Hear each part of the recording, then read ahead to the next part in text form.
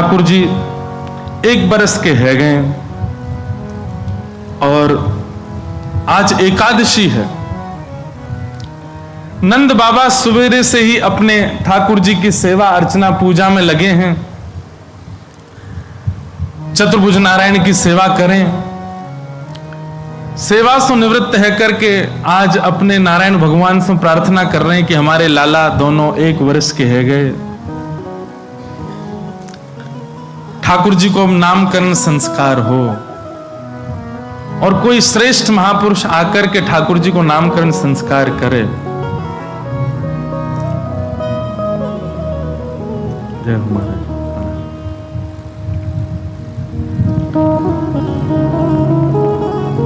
गर्ग्रह प्रोहितो राजन यदुनाम सुमहातपा ब्रजम जगामनंदस्य वासुदेव प्रचोदितः। नंद बाबा मन में विचार कर रहे हैं कि अब लाला की सुंदर नामकरण संस्कार हो। नंद बाबा के कुल पुरोहित हैं सांडिल्य मुनि, और सांडिल्य मुनि इस बात को जानते हैं कि नंद बाबा के जो दोनों लाला हैं ये नंद बाबा के नहीं हैं, ये तो वसुदेव जी के पुत्र हैं। और इसी कारण से वो नामकरण करने नहीं आ रहे हैं कि भैया जिनके कुल के बालक हैं उनके द्वारा नामकरण होना चाहिए। अब ये बात मैं स्पष्ट तो नहीं कह सकता नंद बाबा से कि बाबा मैं कैसे आऊं, तो बार बार सांडिल्य मुनि बहाना बना देते हैं कि अभी तो हम वहां व्यस्त हैं, अभी तो ये यज्ञ चल रहा है, ये अनुष्ठान है। तभी नंद बाबा के मन में भावना आई कि हमारे लाला तो बेचारे 1 वर्ष के गए, अभी तक नामकरण ही ना भयो। तब सांडिल्य मुनि ने विचार किया कि क्यों ना गर्गाचार्य जी को, क्योंकि गर्गाचार्य जी जो हैं ये देवकी वसुदेव के कुल पुरोहित हैं, अगर ये वृंदावन जाएंगे तो विद्वान पुरुष वृंदावन आए ये जान करके नंद बाबा इन्हीं से नामकरण करा लेंगे, नामकरण भी हो जाएगा और जो हम चाह रहे हैं कि कुल पुरोहित के द्वारा हो वो भी हो जाएगा। गर्गाचार्य जी का आगमन हुआ। गर्गाचार्य जी जैसे आए, गर्गाचार्य जी तो आए थे अपने किसी कार्य से, पर नंद बाबा गए और चरणन में जाके प्रणाम करी, बोले बाबा बड़ी कृपा हे आचार्य प्रवर, आप हमारे वृंदावन में पधारे, हमारे ब्रज में पधारे, आप कृपा करके घर पधारो। गर्गाचार्य जी घर आए, सबन ने प्रणाम करी। तब नंद बाबा ने जिज्ञासा प्रकट करते हुए कही कि आप यदि अनुग्रह करें तो हमारे घर में 2 छोटे छोटे बालक हैं, 1 बरस की उनकी आयु है, वे चली है, आप उनको नामकरण कर दो। गर्गाचार्य जी महाराज बोले देखो आपके घर के बालकों के बारे में हम जानते हैं, पर हमने सुना कि आपने उनका करवट उत्सव भी मनाया था। नंद बाबा बोले हम, बोले इतने छोटे से भाव के उत्सव भी मनाओगे तो कंस को तो आप खुद ही न्योता दे रहे हो। अरे बालक घर में प्रकट हुआ, थोड़ा उसको गोपनीय रखो, इतने सारे उत्सव मनाने की आवश्यकता नहीं है। कंस को आप एक प्रकार से स्वयं ही चुनौती दे रहे हैं कि भाई देखो ये नंद नंदन हमारे घर में ही शायद बालकृष्ण प्रभु हैं, हमारे घर में ही शायद परब्रह्म है, वो तो ढूंढ ही रहा है कि उसका शत्रु कहां है, और उसी कारण से राक्षसों का आक्रमण होता है। नंद बाबा बोले आप आज्ञा करो क्या करें। बोले नामकरण हम करेंगे, पर नामकरण ऐसा हो कि पड़ोसी को भी नहीं पता चलना चाहिए। यशोदा मैया बोली एक ही तो लाला हमारो, वाके उत्सव में सब आमे नाचे गामे, यही तो हमारो मन करे। तो गर्गाचार्य जी ने एक युक्ति बताई, और युक्ति बताते हुए बोले मैया एक उपाय है। बोले क्या? बोले अभी तक आपके यहां लाखों ब्रजवासी आयो करते, अब की बार एक काम करो, तुम्हारे घर में 9 लाख गैया हैं, गैयान को उत्सव मना दियो, गैयान के बीच में नामकरण करो। आपकी इच्छा रहे ना कि खूब लोग आमे, तो या बार गैयान को भंडारो करियो, कोई बाहर के लोगों को मत बुलाओ, गौशाला में लाला को नामकरण होना चाहिए। और श्री गर्गाचार्य जी पधारे। गर्गाचार्य जी ने आकर के सुंदर तिथि बताई एक सुंदर लीला आती है। गर्गाचार्य जी ने कहा कल करेंगे हम नामकरण, भैया आज रात्रि यहीं रुकेंगे। मैया बोली आपकी सेवा में कोई कहां व्यवस्था करनी बताओ। बोले कछु ना, गोबर को चौका लगा दो, सामग्री दे दो, हम स्वयं बनाएंगे, अपने ठाकुर जी को भोग लगाएंगे, रात्रि शयन करेंगे, सवेरे लाला को नामकरण। मैया ने सुंदर सुंदर सामग्री प्रदान करी, आटो दियो, दाल दी, चावल दिए, बोल बाबा बनाओ, प्रेम से स्वयं बना के पाओ।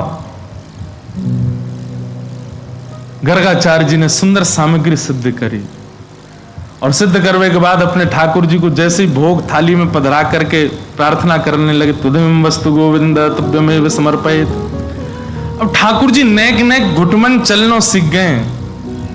घुटरुन चलत रैनु तन मंडित, गोरोचन तिलक किए, शोभित कर नवनीत लिए। ठाकुर जी थोड़े थोड़े घुटमन चलते हैं। जैसी पतो चली गर्गाचार्य जी आए, सोई ठाकुर जी भीतर खेलते खेलते रुक गए। बलराम जी से बोले, इशारे में ही, बोलना ना जाने, अभी इशारे में ही बोले, बढ़िया सुगंधी आ रही है, द्वार पे कोई दिव्य महापुरुष आयो, बढ़िया कछु बना रहो है।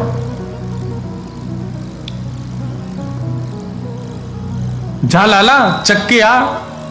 सो ठाकुर जी तो घुटमन घुटमन बाहर आए। गर्गाचार्य जी नेत्र बंद करके बैठे हैं। ठाकुर जी ने सामने थाल में से सुंदर खीर उठाई और खीर उठा के प्रेम से पान लगे।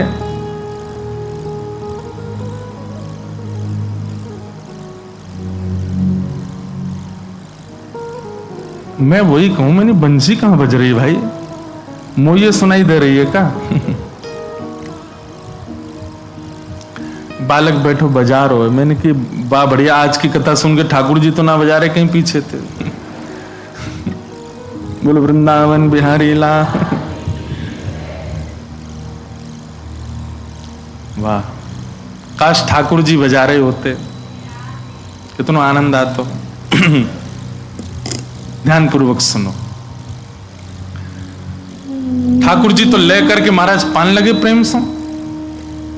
गर्गाचार्य जी के नेत्र खुले। अब एक बात सुनिए, भोग लगाते समय पर्दा आवश्यक क्यों है? ठाकुर जी संकोच करते हैं, और ठाकुर जी संकोच नहीं करते। ऐसा भाव हमारे पुष्टि मार्ग में तो ऐसा बताते हैं कि जब जैसे ही आप पर्दा करते हो भोग रखने के बाद, ठाकुर जी अकेले नहीं जीमते, सब सखान को बुलावे, आ जाओ रे भैया, आज हमारे सेवक ने देखो बढ़िया कड़ी बनाई है, और महाराज देखो बैगन को भरता बनाया हो, आलू की सब्जी बनाई, रोटी बनाई, आ जाओ सब रे। अब उन घरों की बात नहीं जहां पे केवल चना चनोरी का भोग लगता है, वहां तो ठाकुर जी खाते ही नहीं होंगे, कहा करें। सामग्री खूब बनाया करो ठाकुर जी के भोग की, क्योंकि मधुमंगल श्रीदामा नहीं तो ठाकुर जी को खूब चढ़ाते हैं। ले तू कैसे घर में बैठो, कछु ना बना मुझे तो, रूखी सूखी रोटी खवा दे लाला, तो चल हमारे संग, तू को कहीं और ले चले। ठाकुर जी के लिए बढ़िया सामग्री बनाओ कि महाराज ठाकुर जी भी सखान को दिखा, में देख आज कहा बनाए हो या नहीं, बस पिज्जा बर्गर पास्ता मत बनाई हूं। कभी कभी मन में विचार करूं, कई लोग अपने घर में पिज्जा बना दे। अरे और अद्भुतता तो देखो, एकादशी वालों पिज्जा भी मिला वृंदावन में। कभी कभी मन में भाव आवे, ठाकुर जी कैसे पाते होंगे वह, वो खेच उतने चले जाते होंगे, दिन कहा बलाया आ गई है यार। मधुमंगल श्रीदामा कैंची लेके आते होंगे, लाला लग जा हम काटे। ऐसी भोग सामग्री। देखो एक बात, आज कलयुग के मॉडर्न होते जा रहे हैं सब लोग, तो थोड़ी थोड़ी सब चीज में मॉडर्नेशन आता जा रहा है। पर आप मंदिरों की विधा देखो, कई मंदिरों में टमाटर नहीं बनता, कई मंदिरों में बैगन नहीं बनता, कई मंदिरों में कई सामग्रियों का हल्दी का प्रयोग नहीं होता कई मंदिरों में। सब जगह हमने एक बार एक पुजारी जी से पूछा कि भोग में क्या प्रधानता होनी चाहिए, तो उन्होंने 2-3 बातें कही। पहली बात, जिसका स्वरूप देख करके थोड़ी मन में भावना विचित्र होती हो, ऐसे भोग ठाकुर जी को नहीं पधराने चाहिए। जैसे कई जगह बैगन का भोग लगता है पर कई जगह नहीं लगता, क्योंकि भरता जो है वो उसका कैसा होता है, उठाओ तो अजीब सा होता है ना, वो भरता बना दो तो उसका स्वरूप सुंदर नहीं, कई जगह भोग नहीं लगता, पर कई जगह लगता है, कई जगह खूब प्रेम से पाते हैं। कई जगह ऐसा विधान है कि जो भूमिगत सब्जी होंगी, जो भूमि के भीतर होती हैं, उन्हीं का ही भोग लगेगा ठाकुर जी को। अनेक अनेक विधा हैं। जहां आचार्यों ने इतना ध्यान रखा, प्राचीन परंपराओं का इतना भाव रखा, हमको थोड़ा भाव तो रखना चाहिए। कम से कम विदेशी सामग्री का भोग नहीं लगाओ ठाकुर जी को। ठाकुर जी को केवल अपने, कई लोग जन्माष्टमी पर ठाकुर जी के आगे केक काट देते हैं। ठाकुर जी कहते हैं कहा वाला ले आयो पतो ही ना है। अरे हमारे अनुकूल हमारे भाव की वस्तु दो। सामग्री खूब बनाओ, पर जितना हो सके भारतीय व्यंजन ठाकुर जी के लिए बनाओ। अब जितना विस्तार आप कर सको अच्छा है।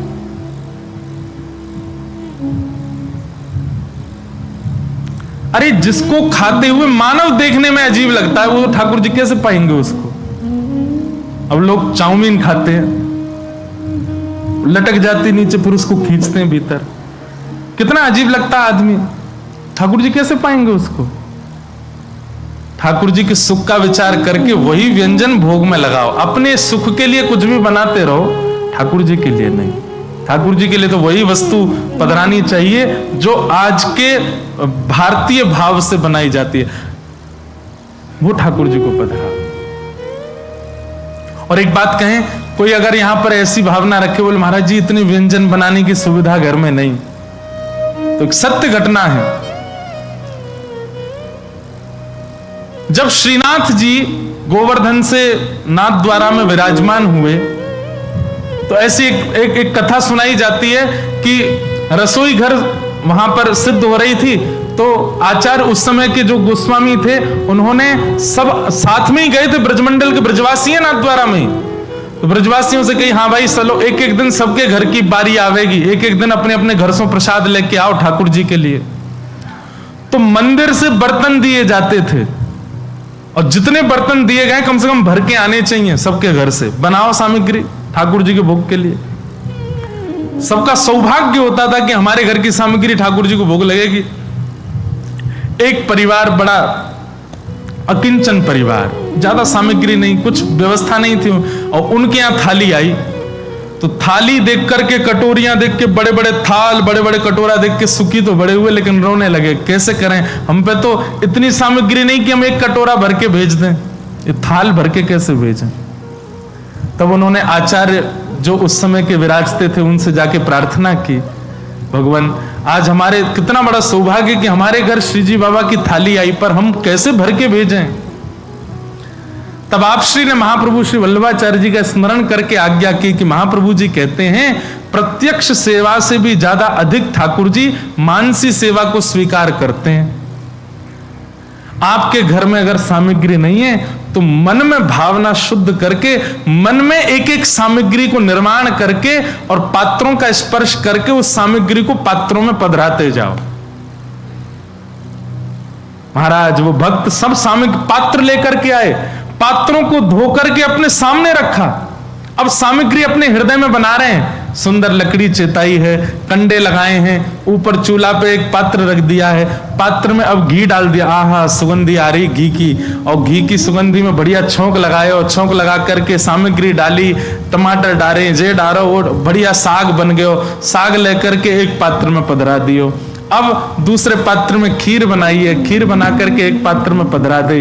अब ठाकुर जी को बढ़िया हाथ की रोटी बनाई है, बाजरे की रोटी बनाई है। सब मन में चिंतन करते जा रहे हैं, और बाहर प्रत्यक्ष जो थाल आए हैं उनका केवल स्पर्श करते जा रहे हैं। हाँ ये सामग्री इसमें, ये चटनी इसमें, अचार इसमें, कड़ी इसमें, खीर इसमें, मिष्ठान इसमें, दूध भोग की सामग्री इसमें।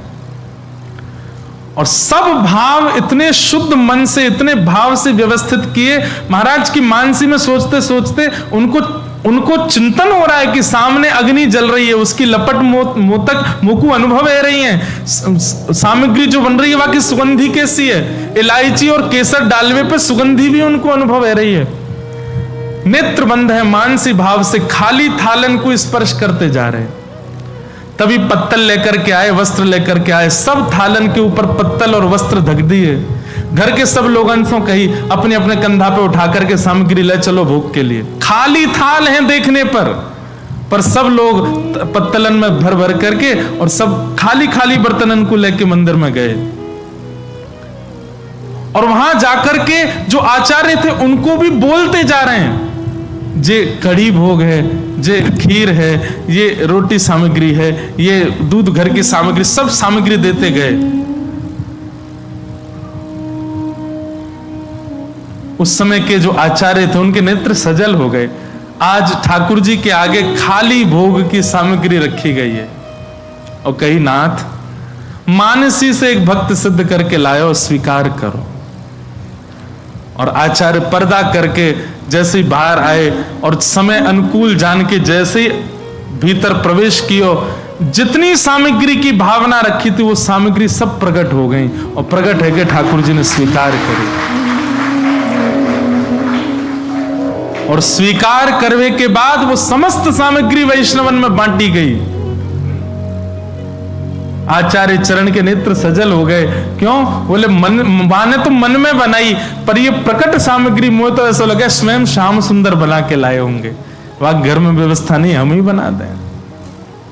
तो पर्दा आवश्यक है ठाकुर जी के भोग में। क्यों?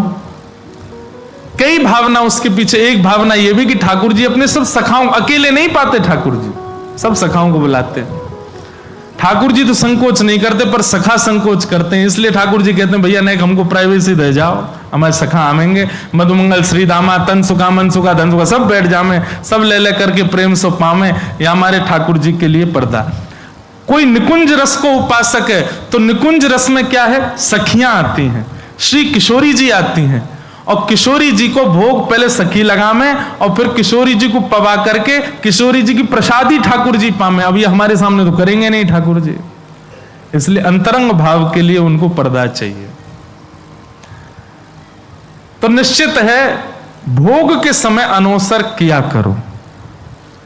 और यदि पर्दा की व्यवस्था नहीं है तो भुजा से ही, अब जैसे कल परसों एक उत्सव था तो वहां पे उनके ठाकुर जी का उत्सव था, हम आरती करने की, मेरी आदत में तो आरसी दिखाऊं ठाकुर जी, तो आरसी नहीं थी वहां पे, तो हमने भुजा की आरसी दिखाई, लो लाल जी, और फिर भुजा की आरसी दिखा के फिर स्वयं भी देखें, हाँ बढ़िया सुंदर लग रहे हो।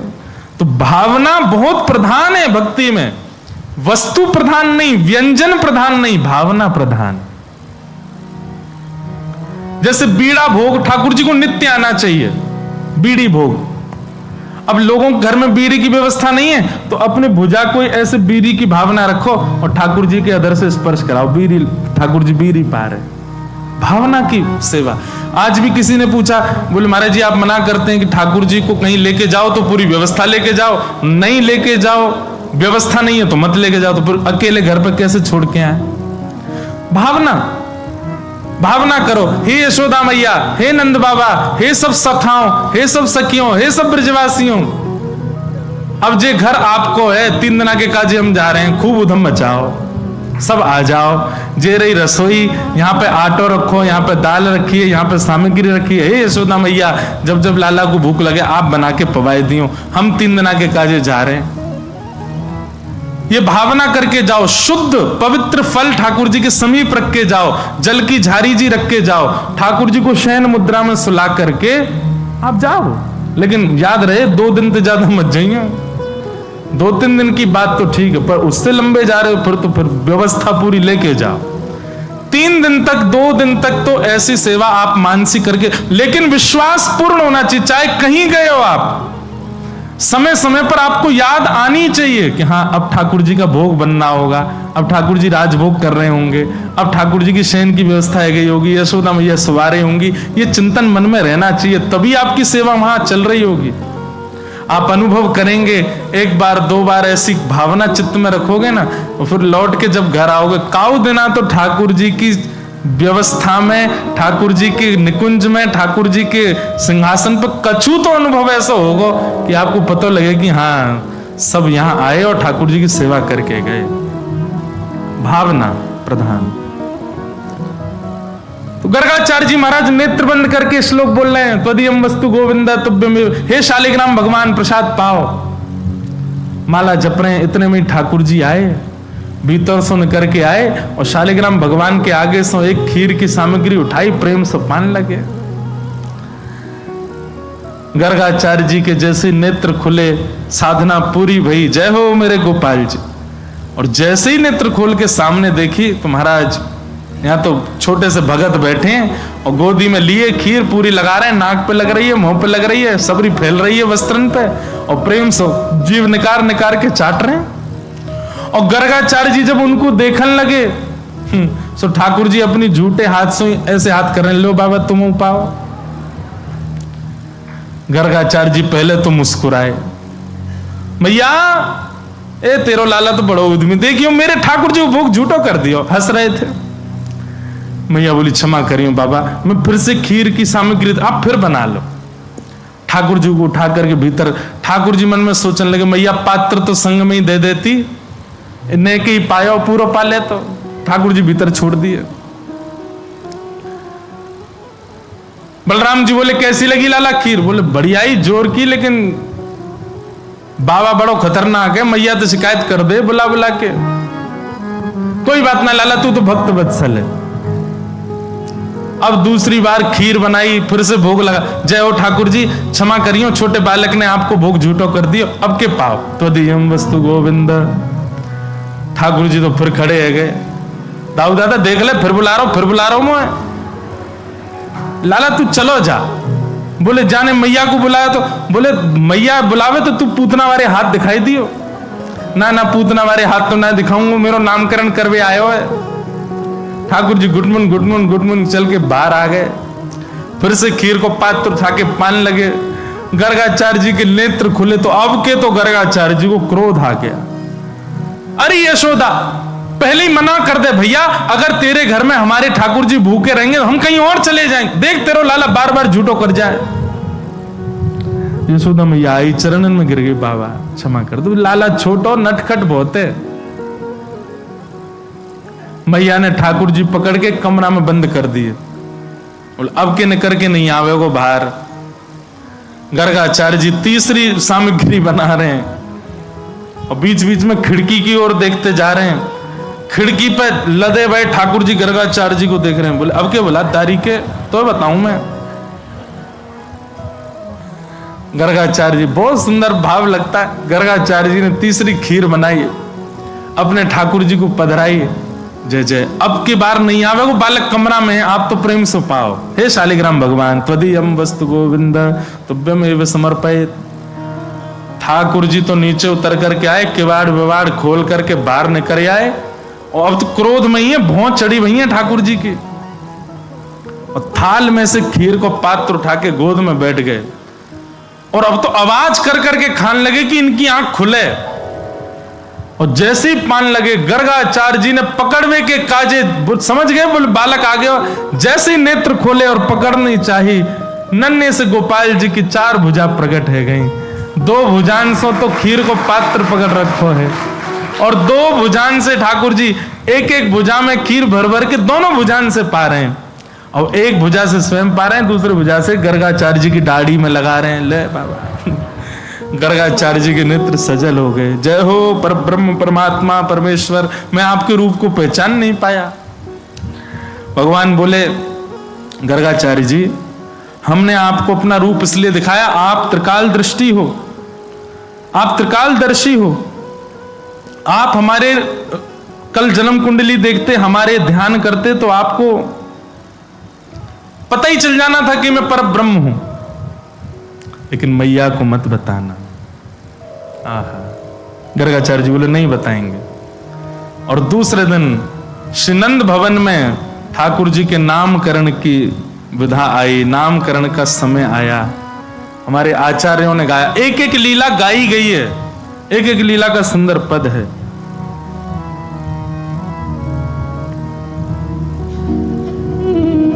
नंद्रगह आयो गर्ग विधि सन्मान, गज मोतन के चौक पुराए नामकरण विधिधान, मंगल गीत गावत यशुमती बोलत अमृतवान।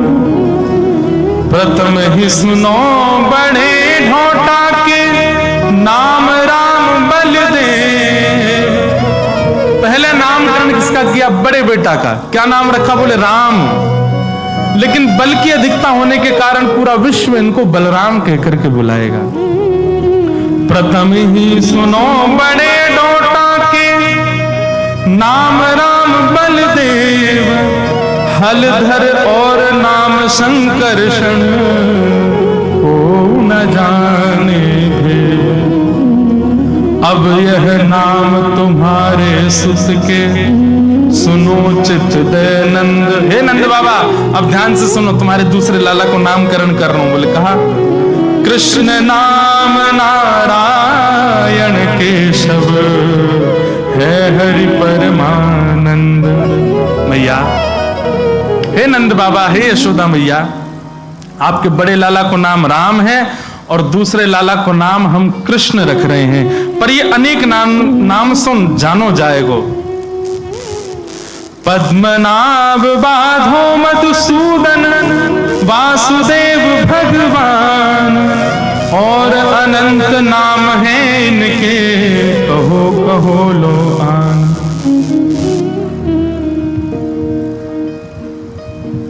गर्गाचार्य जी ने नामकरण किया। नंद सुवन त्रिभुवन के ठाकुर तिनके नाम धराए, परमानंद प्रभु अखिल लोकपति गोप वेश धर धाय। बड़े बालक का नाम राम और छोटे बालक का नाम कृष्ण रखा गया। भागवत जी में वर्णन आता है कि भगवान के वर्ण के ऊपर नाम रखा गया। केसर तिलक